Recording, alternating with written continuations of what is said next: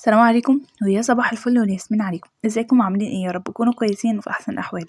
صباح يوم جديد كله طاقه ونشاط وحيويه كده وبركه ان شاء الله. تابع معايا الفيديو ان شاء الله هيعجبك، ولو عجبك واستفدتي منه باي حاجه متنسيش تحطي لايك وتعملي شير واشتراك في القناه وتفعلي زر الجرس عشان يوصلك كل جديد انا بنزله.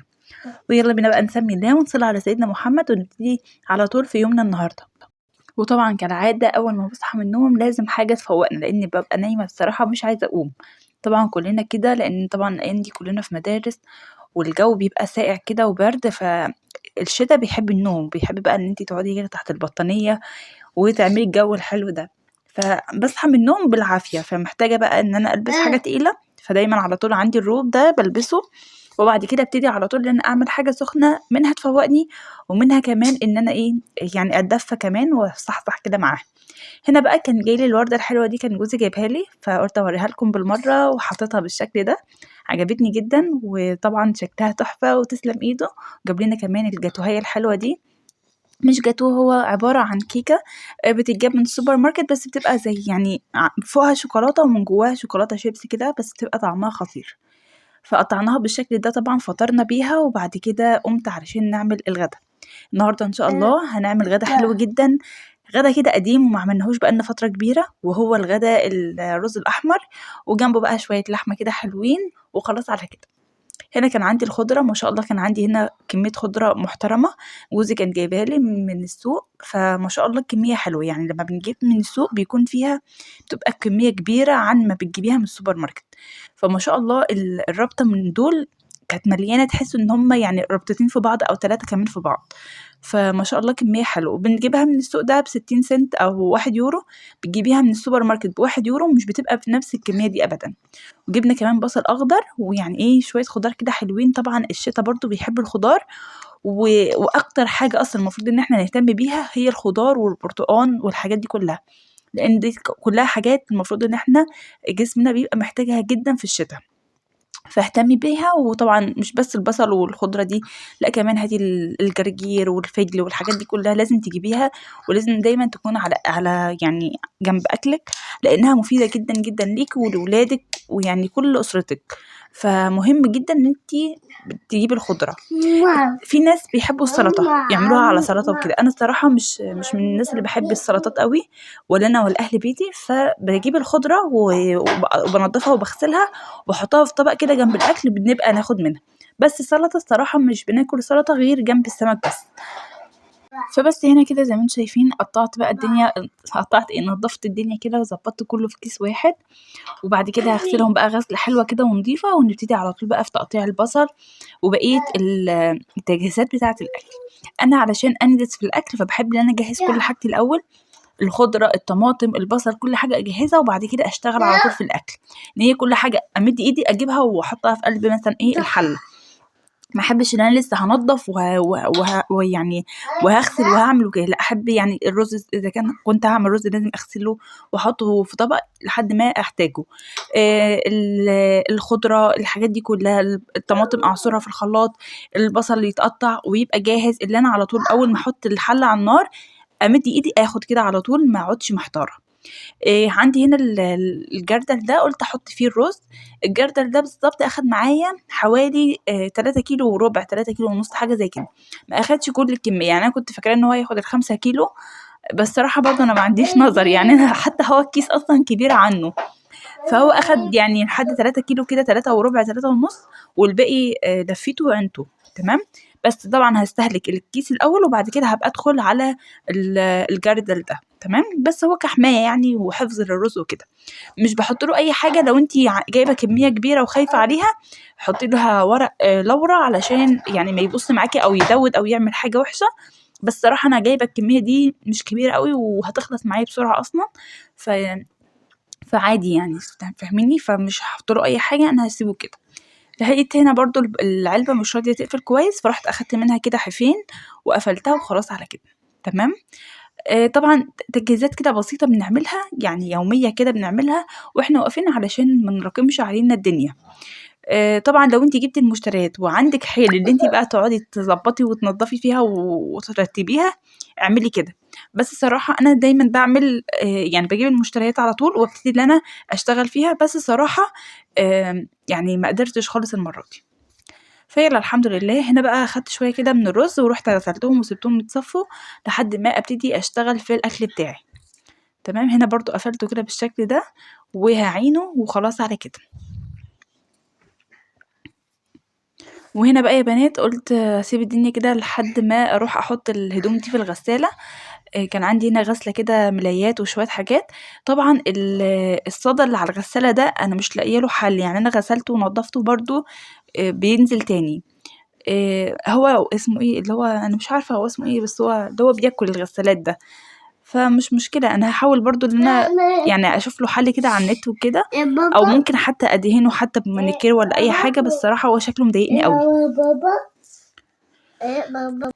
هنا بقى كنت عايزه اقول لكم ان احلى مسحوق استخدمته الصراحه نظيف وريحته حلوه جدا جدا، ومش بتحتاجي ان انت تحطي معاه معطر ابدا.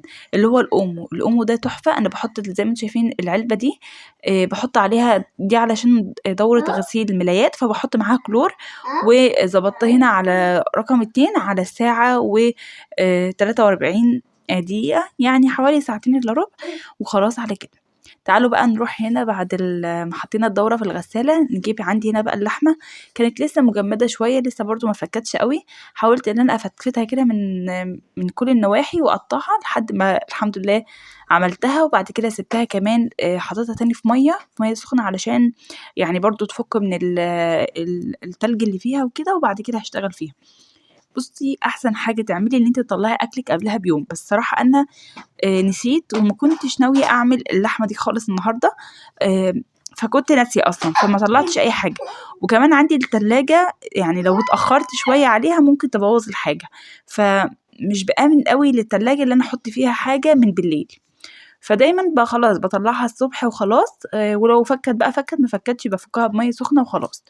في ناس قالوا ان كده غلط وفي ناس قالوا عادي. بس صراحة محتارة، بس يعني الحمد لله اللي في ايدي بعمله وخلاص، وربنا يسترها علينا يا رب. وطبعا لو غلط يعني يلا ربنا بقى يسترها وينجينا يا رب جميعا.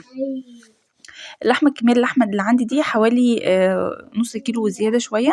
رحت هنا جبت الحلة بتاعتي وحطيت فيها المية السخنة وابتديت ان انا انزل باللحمة بتاعتي.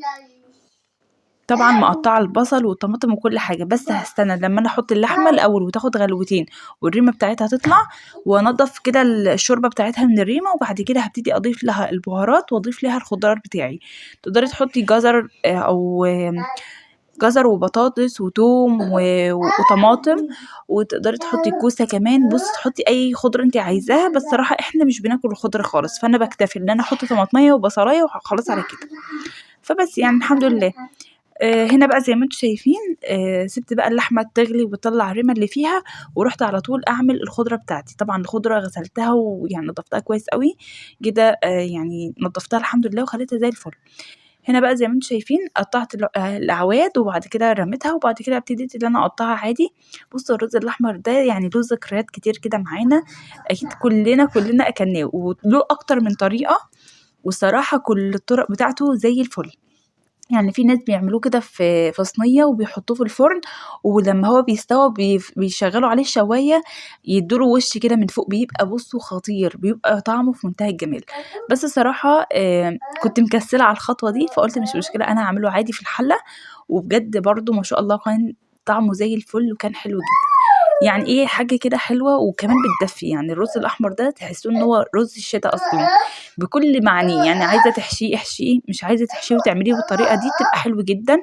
وبتخلي يعني الواحد بيبقى دافيان كده وهو بياكل. طبعا اسفه على الاصوات اللي جنبي، بس ابني ما شاء الله شغال يعني مش راضي يسكت. وانا عايزه اخلص الفيديو علشان الحق انزله لان ميعاده خلاص قرب. فاسفه طبعا على كل الاصوات دي. طبعا الخضره عندي كتيره جدا فرحت قسمتها نصين، اخدت جزء منه وحطيتها في الفريزر والجزء التاني زي ما انتم شايفين هشتغل فيه. هنا بقى الطماطم بتاعتي علشان هنعمل خلاص هنشتغل في الرز عما اللحمه تستوى. هنا بقى زي ما انتم شايفين قطعت كده طماطمتين وحطيت عليهم معلقه كبيره من الصلصه.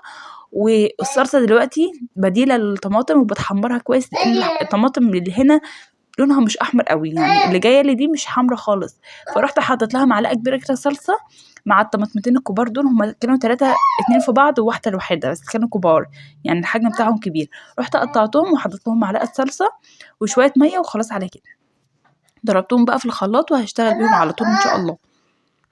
هنا بقى زي ما انتم شايفين ضربتها كده، وهبتدي بقى اللي انا اصفيها بقى واظبطها علشان نبتدي على طول في الغدا بتاعنا. بصوا احلى غدوايه والله العظيم، بصوا بيبقى طعمه في منتهى الجمال.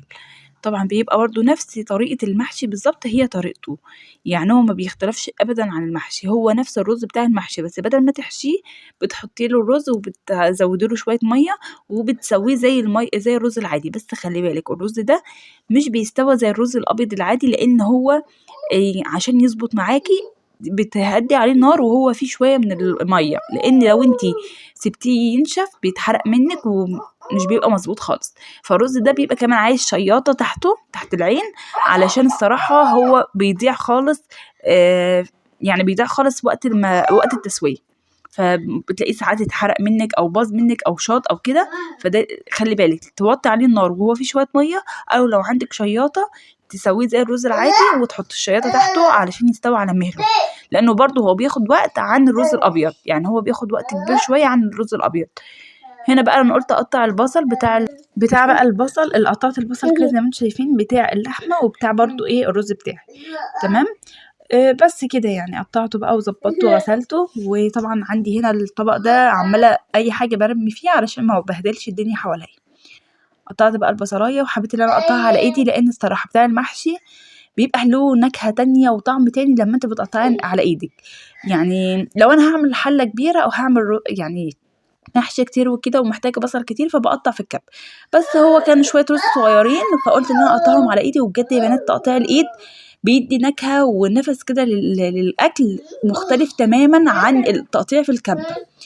فيلا بقى اللي عنده كبه عايز يعمل بص براحتك يعني، بس هو الصراحه انا عن نفسي بحب المحشي التقطيع على الايد، اتعودنا عليه كده، فاهميني؟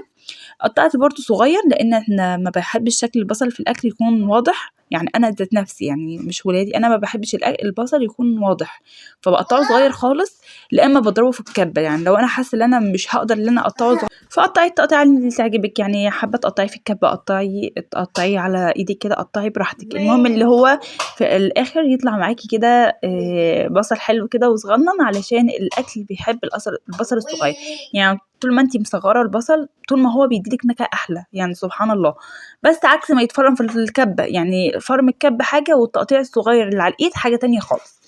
فخلاص انا قطعت كده البصل بتاعي وجهزت الدنيا خلاص حواليا. دلوقتي هروح بقى زي الشطوره كده على البوتاجاز علشان ابتدي في اني اشيل الريمه اللي على وش الشوربه، وكمان احط بقى البصل ده في معلقه سمنه ومعلقه زيت يتشوح على النار. فبس كده موضوع سهل بقى وبسيط وكده. انا عماله اسكت ولادي بس ما شاء الله يعني هم مسيطرين. المهم هنا حطيت انا مش عارفه راح فين المقطع ده بس مش لاقياه.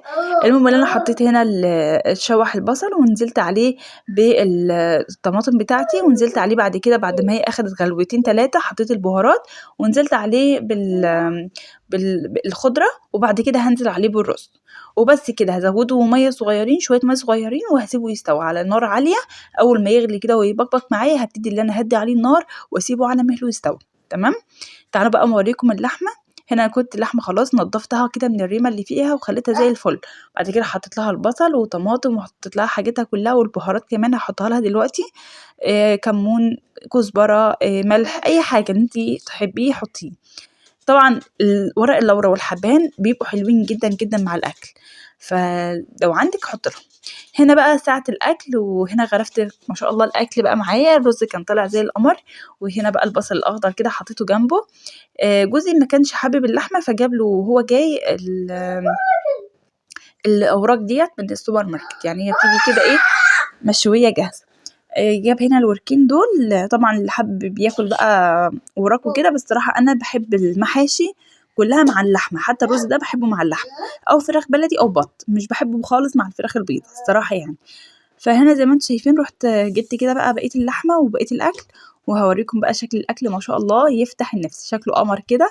احطه بقى على الصينيه بتاعتي وايه، ونشيل الاكل نحطه في الارض كده ونقعد ناكل.